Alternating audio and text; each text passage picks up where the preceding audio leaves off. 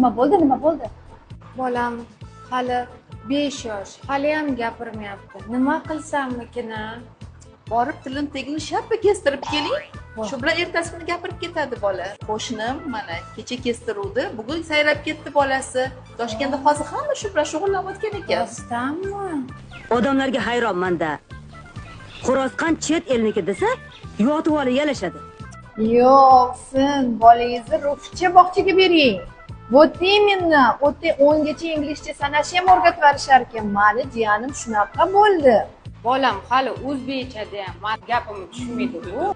Вот именно, ruscha bog'chada gapirmaydigan bolani ham gapirtirib berishar ekan. Bo'ldi, bas qil. Hay, Nodiraxon, nima deyapti bular? Sizni bolangizga post ekan.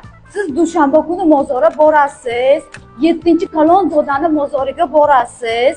Duo qilasiz, tuprog'idan otib yostig'iga sepib qo'yasiz. Hay, bolangiz shunday og'ir bo'lib ketgan. Siz mana aytganimni qiling, hay. Ertasi kuni gapirib ketadi, Nodira. Между прочим, Og'usunjon, hech ham unaqa emas. Siz meni eshiting, bular gapiraveradi.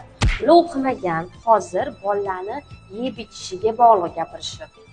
Ertalab, har kuni ertalab bedanani sveji tuxumidan ikkitadan berib yuborsangiz, bolangiz bedana deb sayrab ketadi, ishoning.